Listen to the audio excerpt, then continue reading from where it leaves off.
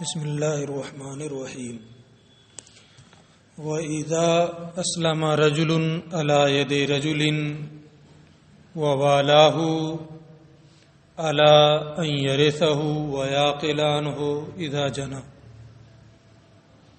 أَوْ أَسْلَمَ عَلَى يَدِ غَيْرِهِ وَوَالَاهُ فَالْوَلَاءُ صَحِيحٌ۔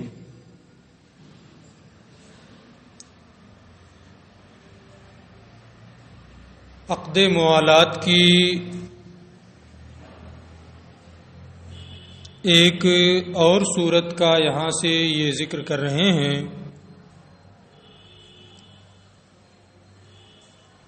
یعنی جب کوئی آدمی کسی آدمی کے کسی دوسرے آدمی کے ہاتھ پر اسلام قبول کرے،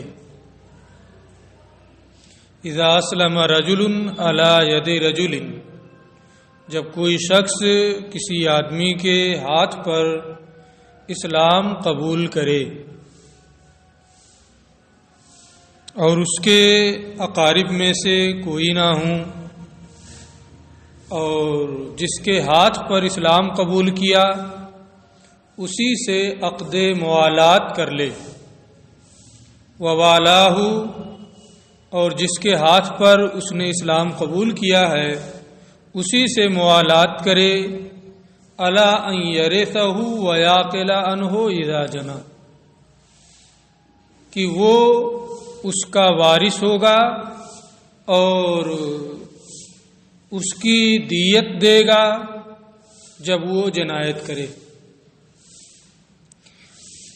یعنی جس کے ہاتھ پر وہ اس نے اسلام قبول کیا ہے اس سے کہہ رہا ہے کہ آپ میرے وارث ہوں گے میرے مرنے کے بعد، اور اگر مجھ سے کوئی جرم ہو جائے تو آپ اس کی دیت ادا کریں گے، اور وہ قبول کر لے کہ ٹھیک ہے میں قبول کر رہا ہوں، تو وہ اسلام لانے والا اور جس کے ہاتھ پر اسلام قبول کیا ہے ان دونوں کے درمیان یہ عقد موالات ہو جائے گا۔ اور یہ کوئی ضروری نہیں ہے کہ جس کے ہاتھ پر اسلام قبول کیا ہے اسی سے عقد موالات کرے۔ کسی کے ہاتھ پر اسلام قبول کیا اور موالات کسی اور سے کر رہا ہے، یہ بھی جائز ہے، یہ بھی صحیح ہے، اگر اس طریقے سے کرے گا تو بھی عقد موالات ہو جائے گا۔ اسی کو یہ کہتے ہیں او اسلم علی ید غیرہ، یا اس کے سوا دوسرے کے ہاتھ پر اسلام قبول کیا،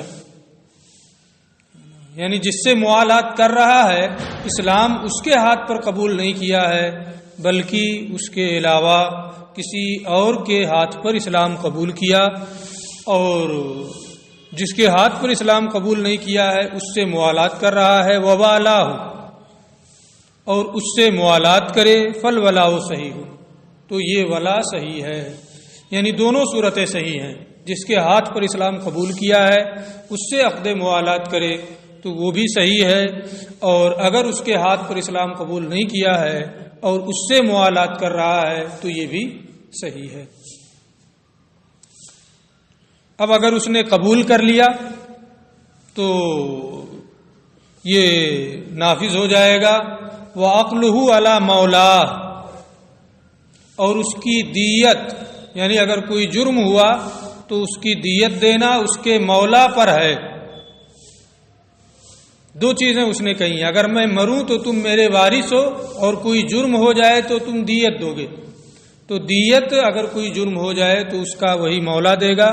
فَإِن مَاتَ، اور اگر انتقال کر جائے، وَلَا وَارِثَ لَهُ، اور اس کا کوئی وارث نہ ہو، کوئی اسبا نہ ہو، کوئی ذوی الارحام میں سے نہ ہو، فَمِيرَاثُهُ لِلْمَوْلَى، تو اس کی میراث کا حقدار وہی مولا ہوگا، جس سے عقد موالات کیا ہے وہی اس کی میراث کا حقدار ہوگا۔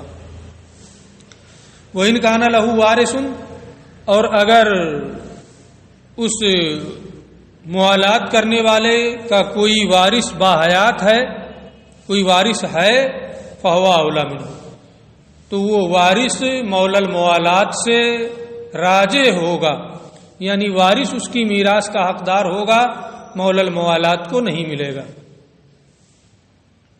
وَلِلْمُولِي أَن يَنْتَقِلَ عَنْهُ بِوَلَائِهِ إِلَى غَيْرِهِ، عقد موالات کر لیا، جس کے ہاتھ پر اسلام قبول کیا اسی سے یا اس کے علاوہ کسی اور سے، سامنے والے نے قبول بھی کر لیا، تو جب تک اس قبول کرنے والے نے دیت نہ دے دی ہو، یعنی کوئی جرم ہوا دیت دے دیا، تو جب تک دیت اس نے نہیں دی ہے، یہ عقد موالات کرنے والا اپنی ولا کو لے کر کے کہیں اور جا سکتا ہے، یعنی اس کو کینسل کر کے کسی اور سے عقد موالات کر لے۔ اور عقد موالات کرنے والے کے لیے روا ہے کہ وہ اس آدمی سے اپنی ولا کے ساتھ دوسرے کی جانب منتقل ہو جائے، معلوم یاقلن ہو، جب تک اس دوسرے نے دیت نہ دی ہو، یعنی لازم نہیں ہوا ہے ابھی، جب تک دیت نہیں دیا۔ کوئی جرم ہو جائے دیت دے دے، فَإِذَا عَقَلَ، اور جب اس نے دیت دے دی اس کی جانب سے، کوئی جرم ہوا اور دیت دے دیا، لم یکن لہ ان یتحول بولائہ عنہ الی غیرہ، تو اس کے لیے روا نہیں ہے کہ وہ اپنی ولا کو لے کر کے اس سے دوسرے کی جانب منتقل ہو۔ ولیس لمولی العتاقۃ ان یوالی احدا، اور مولا العتاقہ کسی اور سے عقد موالات نہیں کر سکتا ہے، یعنی کوئی آزاد شدہ غلام ہے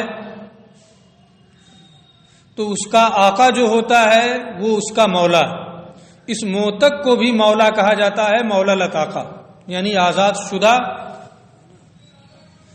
جس کی ولا اس کے آقا کو ملے گی۔ تو اب یہ مولا العتاقہ اگر یہ چاہے کہ ہم کسی سے عقد موالات کر لیں کہ میرے مرنے کے بعد تم وارث ہو اور میری جانب سے کوئی جرم ہو تو تم دیت دینا، یہ مولا العتاقہ آزاد شدہ جو کسی کا ہے یہ کسی اور سے اس طرح سے عقد موالات نہیں کر سکتا ہے، کیونکہ اس کی ولا کا اس کا آقا پہلے ہی سے حقدار ہے آزاد کرنے کی بنیاد پر، لہذا وہ کسی اور سے عقد موالات نہیں کر سکتا۔ یہ ولا کی بحث یہاں پوری ہوئی۔ کتاب الجنایات، جنایات کا بیان۔ جنایات یہ جنایت کی جمع ہے، زیادتی، ظلم، جبر کے معنی میں اس کا استعمال ہوتا ہے۔ اصطلاح میں جنایت کہتے ہیں نفس یا طرف میں جو تعدی اور زیادتی واقع ہو۔ نفس یعنی کسی کو جان سے مار دیا، یہ تعدی فی النفس ہے، نفس میں زیادتی کرنا ہے، اور کسی کا ہاتھ کاٹ دیا، پیر کاٹ دیا، انگلی کاٹ دی، آنکھ پھوڑ دیا، کان کاٹ دیا وغیرہ اعضاء، تو اس کو کہا جاتا ہے اطراف، اعضاء میں تعدی۔ تو جنایت یہ دونوں کو عام ہے، نفس میں تعدی اور زیادتی ہو اسے بھی جنایت کہتے ہیں، طرف یعنی عضو میں زیادتی ہو تو اسے بھی جنایت کہتے ہیں۔ قتل کی 5 قسمیں ہیں، قتل کی 5 قسمیں ہیں، اور 5 میں کیا ہوگا اس کی یہ تفصیل یہاں سے بیان کریں گے۔ القتل علی 5 اوجہ، قتل کی 5 صورتیں ہیں، 5 قسمیں ہیں قتل کی۔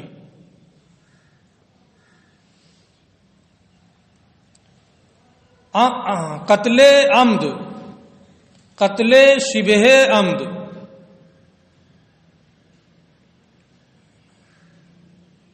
قتل خطا،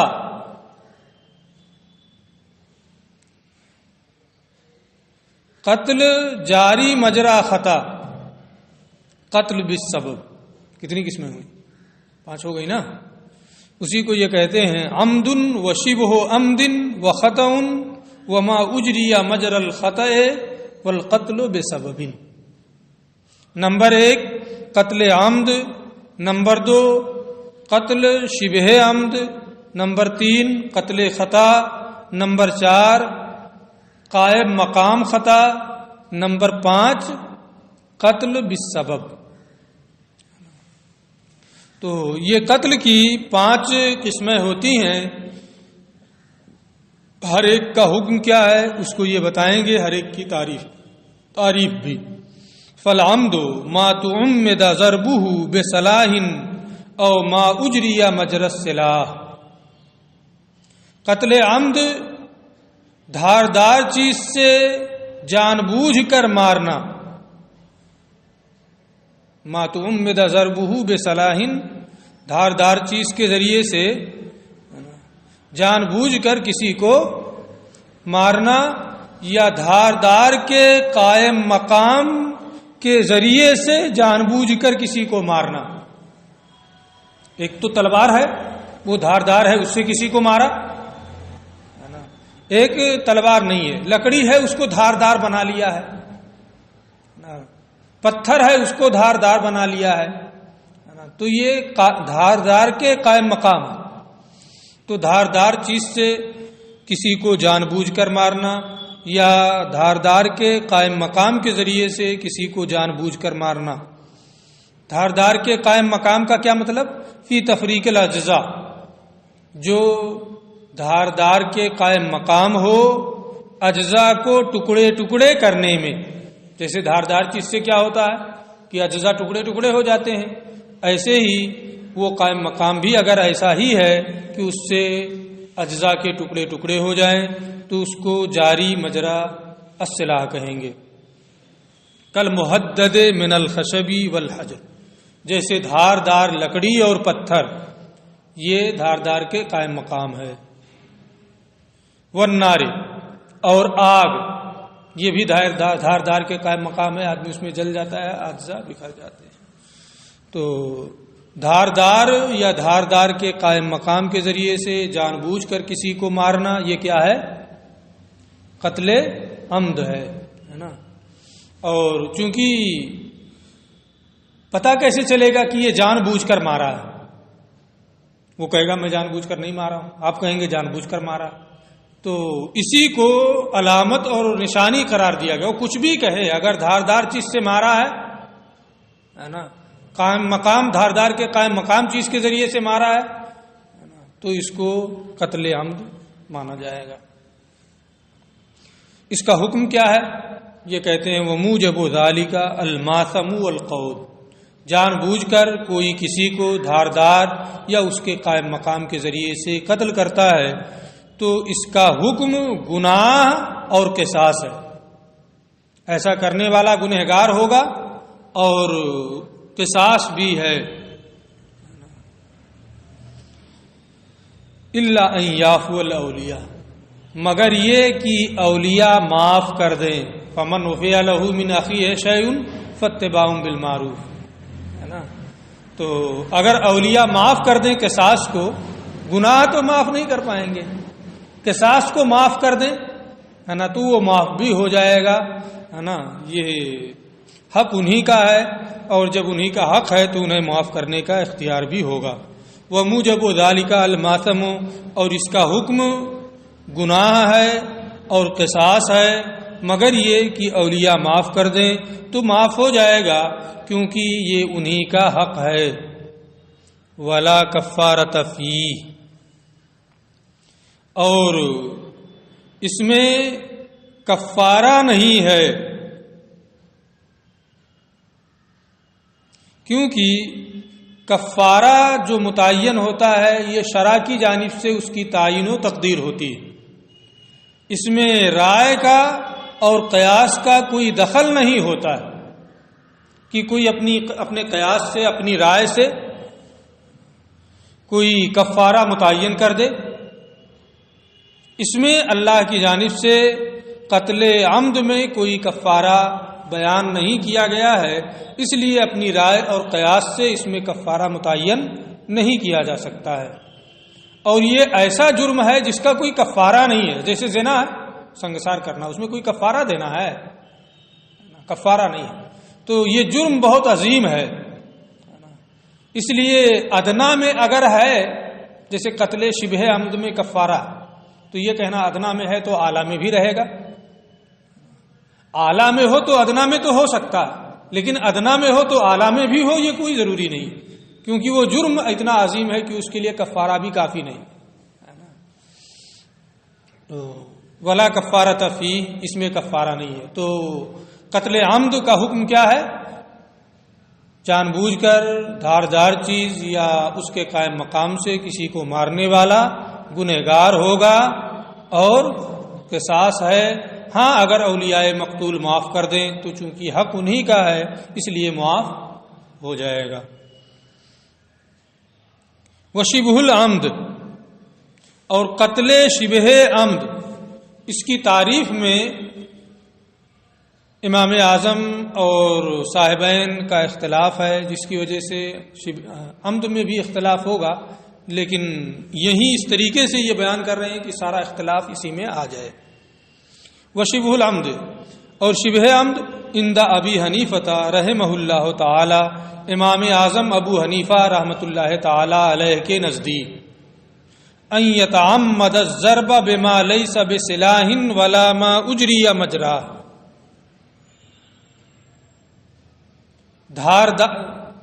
وہ جان بوجھ کر مارے،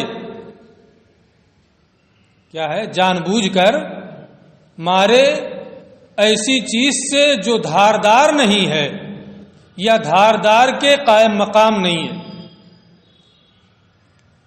تو غیر دھاردار اور دھاردار کے قائم مقام کے علاوہ کے ذریعے اگر کوئی کسی کو جان بوجھ کر مارے تو اسے کیا کہیں گے؟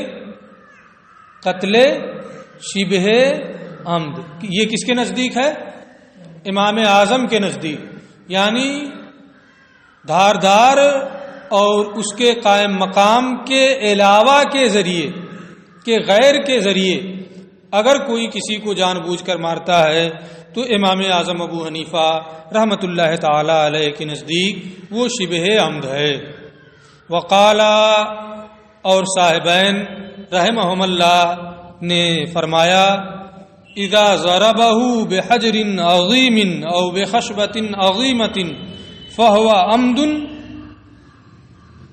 اگرچہ وہ چیز دھاردار یا دھاردار کے قائم مقام نہیں ہے، لیکن اگر عادتاً آدمی اس سے مر جاتا ہے تو اسے بھی قتل عمد کہیں گے، وہ شبہ عمد نہیں ہوگا۔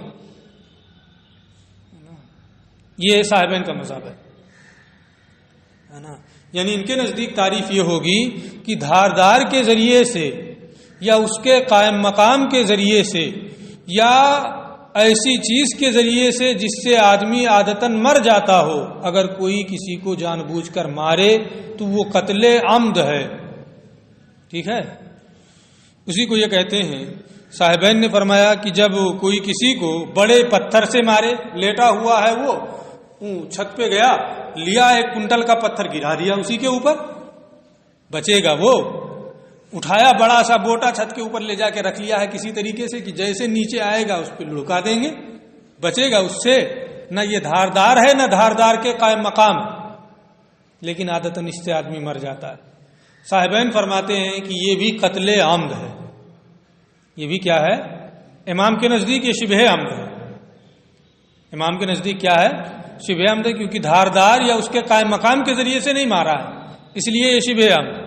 اور صاحبین کے نزدیک یہ قتل عمد ہے، فہو عمد، لہذا ان کے نزدیک یعنی صاحبین کے یہ قتل عمد ہے۔ وشبہ العمد، اور صاحبین کے نزدیک شبہ عمد یہ ہے ان یتعمد ضربہ بما لا یقتل بہ غالبا، کہ ایسی چیز سے جان بوجھ کر مارے جس سے عمومی طور پر قتل نہیں کیا جاتا۔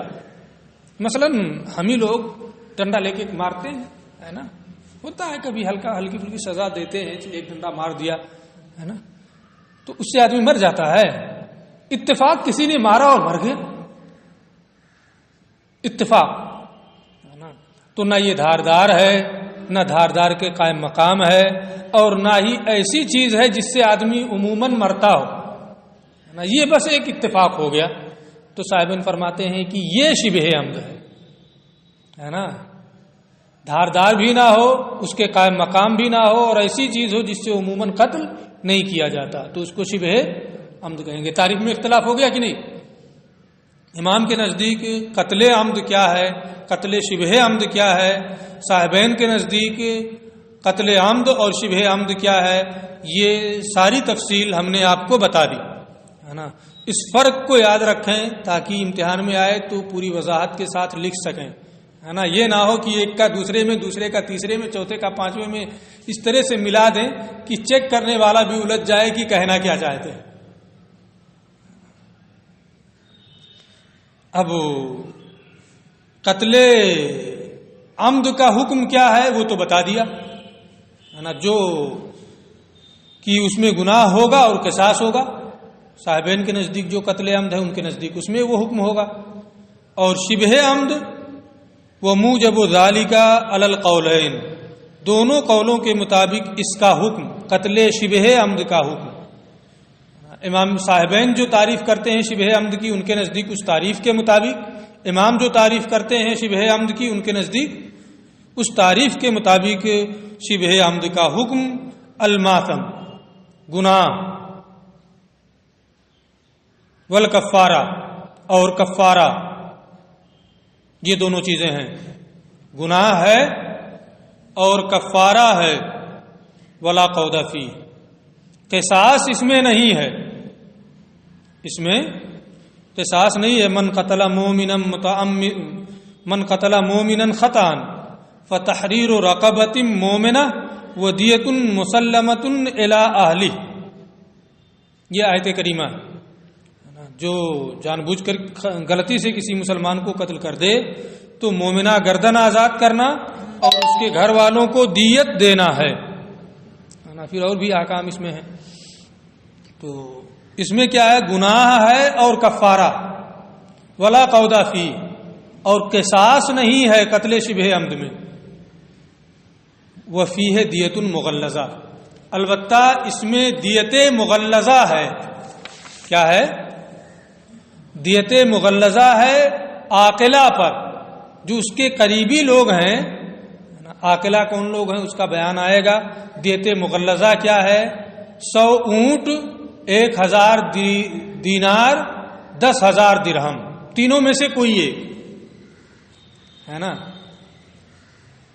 عام طور پہ کیا ہوتا ہے؟ تینوں میں سے کوئی ایک. دیت مغلظہ میں کیا ہوتا ہے کہ اونٹ دینا ہے. اس میں بھی تفصیل ہے کہ کس طریقے کا ہونا چاہیے، بعد میں وہ تفصیل آئے گی. تو دیت جو ہے، مطلق دیت، وہ کیا ہے؟ 100 اونٹ ہے نا، یا 1000 دینار، یا 10,000 درہم، یہ دیت کی مقدار ہے. بعد میں یہ بھی آئے گا. اور دیت مغلظہ اس کی بھی تفصیل بعد میں آئے گی کہ کتنا ہے. تو قتل شبہ عمد اس میں کیا ہے؟ گناہ، کفارہ اور دیت مغلظہ ہے نا. قصاص اس میں نہیں ہے کہ اس کے بدلے میں قاتل کو قتل کیا جائے. یہ تو 2 قسموں کا بیان ہوا، عمد اور شبہ عمد. والخطأ علی وجہین، قتل خطا کی 2 صورتیں ہوتی ہیں. خطا فی القصد، ارادے میں غلطی، وہو ان یرمی شخصا یظنہ صیدا فاذا ہوا آدمی، اور وہ یہ ہے قصد و ارادے کی غلطی کہ کسی شخص کو تیر مارے یہ گمان کر کے کہ وہ شکار ہے. سفید کپڑا پہنے ہے یا کسی ایسے رنگ کا، دور ہے، ادھر شکاری جا رہا ہے اور وہ دوڑ رہا ہے. اس نے سوچا ہے ہرن، بھاگتے ہوئے جا رہا ہے، چلا دیا تیر، لگ گیا. وہاں گیا تو ہرن پانے کے بجائے پتہ چلاتی یہ تو انسان ہے نا. یہ خطا فی القصد ہے. وہ یہ ہے کہ کسی شخص کو تیر مارے جسے وہ شکار گمان کرے، فیدا ہوا آدمی، پھر پتہ چلے ارے یہ تو انسان ہے. وخطأ فی الفعل، اور ایک خطا فی الفعل ہے، فعل میں غلطی، اور وہ یہ ہے ان یرمی غرضا فیصیب آدمیا، نشانہ لگا رہا تھا، کوئی بنا ہوا ہے کہ یہاں تیر اندازی کر کے مشق کرنا ہے، نشانہ لگانا ہے، نشانے پر تیر مار رہا تھا، پتہ چلا کہ اس پر لگنے کے بجائے کسی آدمی کو لگ گیا، یا اسے پار کر کے جا کے کسی آدمی کو لگ گیا ہے نا. اور وہ یہ ہے کہ وہ نشانے پر تیر چلائے اور کسی آدمی کو لگ جائے. تو یہ دونوں صورتیں خطا کی ہیں. ایک خطا فی القصد ہے اور ایک خطا فی الفعل ہے، لیکن ہیں دونوں خطا. دونوں کا حکم وموجب ذالک الکفارہ والدیہ علی العاقلہ. دونوں کا حکم کیا ہے؟ کفارہ دینا. خطا میں کیا ہے؟ کفارہ دینا ہے. فتحریر رقبہ، گردن آزاد کرنا. اگر گردن نہ ملے تو 2 مہینے کا مسلسل روزہ رکھنا، یہ کفارہ ہے. اور عاقلہ پر دیت ہے. اس کے جو حمایتی لوگ ہیں انہیں دیت دینا ہوگا. کیسے دیں گے، کتنا دیں گے، اس کا بیان بعد میں آئے گا. ٹھیک ہے. تو یہ 2 چیزیں ہیں. ولا ما ثم فی، اس میں گناہ نہیں ہے. اس کا یہ مطلب نہیں ہے کہ وہ بالکل پاک و صاف ہے، بلکہ اس کا مطلب یہ ہے کہ قتل کا جو گناہ ہوتا ہے وہ گناہ نہیں ہے، لیکن تثبت کو ترک کر دیا، غور و فکر کو ترک کر دیا. اسے سوچ سمجھ کر تیر چلانا چاہیے نا، دیکھ کر کے کامل غور و خوض کر کے تیر چلانا چاہیے، نشانے پر تیر چلانا چاہیے. یہ سوچنا چاہیے کہ انسان ہے کہ ہرن ہے. اس کا گناہ تو ہوگا، ہے نا. تو قتل کا گناہ اگرچہ نہ ہو، لیکن تیر اندازی کرتے وقت جو غور و خوض اور اطمینان سے تیر چلانے کا حکم ہے وہ اس نے انجام نہیں دیا، اس کا گناہ اس پر بہرحال ہوگا. وما اجری مجرى الخطا، کتنی قسمیں ہو گئی؟ 3. اور جاری مجرا خطا، خطا کے قائم مقام وہ یہ ہے کہ یہاں کوئی آدمی لیٹا ہوا ہے، یہاں کوئی آدمی لیٹا ہوا ہے. یہ چھوٹا ہے، یہ ہے 2 کنٹل کا، پلٹا کھایا، اسی کو اوپر چلا گیا سوتے ہوئے، وہ مر گیا. ہو سکتا ہے کہ نہیں ہو سکتا ہے؟ اسی کو جاری مجرا خطا کہتے ہیں، خطا کے قائم مقام. اور جو خطا کے قائم مقام ہے، جیسے کہ سونے والا پلٹے کسی آدمی پر اور اسے مار ڈالے، ہے نا، وہ مر جائے، فحکم حکم الخطا. تو اس کا حکم بھی خطا ہی کا حکم ہے کہ اس میں کیا نام ہے، کفارہ ہے اور عاقلہ پر دیت ہے. قتل کا گناہ نہیں ہوگا، لیکن احتیاط کو ترک کرنے کا گناہ ہوگا. وَأَمَّا الْقَتْلُ بِسَبَبٍ، 5ویں قسم قتل بے سبب ہے. کحافر البیر او وضع الحجر فی غیر ملکی، جیسے کہیں راستے میں کنواں کھود دیا، گڈھا کھود دیا، یا لے جا کے بڑا پتھر رکھ دیا. کوئی آدمی آ رہا تھا، اس کنویں میں گر کر کے مر گیا، اس پتھر سے ٹکرا کر کے مر گیا، تو قتل بالسبب ہے. اپنی ملک میں اگر کوئی کھودا ہے کنواں، اس میں آ کر کے کوئی گر کے مر جائے تو مرا کرے، ہے نا. اپنی ملک میں وہ پتھر رکھ کے کیوں آیا بھائی، ہے نا. عام جگہ پہ جو اس کی ملکیت نہیں ہے، پتھر رکھ دیا، کنواں کھود دیا، اس میں کوئی آ کے گر کے مر گیا، تو یہ قتل سبب ہے. وَأَمَّا الْقَتْلُ بِسَبَبٍ، قتل بے سبب کحافر البیر، جیسے کنواں کھودنے والا، وَوَاضِعِ الْحَجْرِ فِي غَيْرِ مِلْكِهِ، اور دوسرے کی ملکیت میں پتھر رکھنے والا. اگر کوئی آدمی کنویں میں گر کر یا پتھر سے ٹکرا کر مر جائے تو یہ قتل بے سبب ہے. وَمُوجَبُهُ إِذَا تَلَفَ فِيهِ آدْمِيٌّ، اور اس کا حکم جب اس میں گر کر کوئی آدمی یا ٹکرا کر کوئی آدمی مر جائے، الدِّيَّةُ عَلَى الْعَاقِلَةِ، عاقلہ پر دیت ہے. ولا کفارۃ علیہ، اس میں کفارہ بھی نہیں ہے، اس میں کفارہ بھی نہیں ہے، صرف اور صرف کیا ہے، عاقلہ پر دیت. یہ قتل کی 5 قسمیں، اور اس میں کس میں کیا لازم ہوگا اس کا تفصیلی بیان تھا. اس کو غور سے دیکھ لیں، اگر کہیں کوئی شبہ ہو تو بعد میں پوچھیں. اس کے بعد بحث بدل رہی ہے انشاءاللہ کل. السلام علیکم.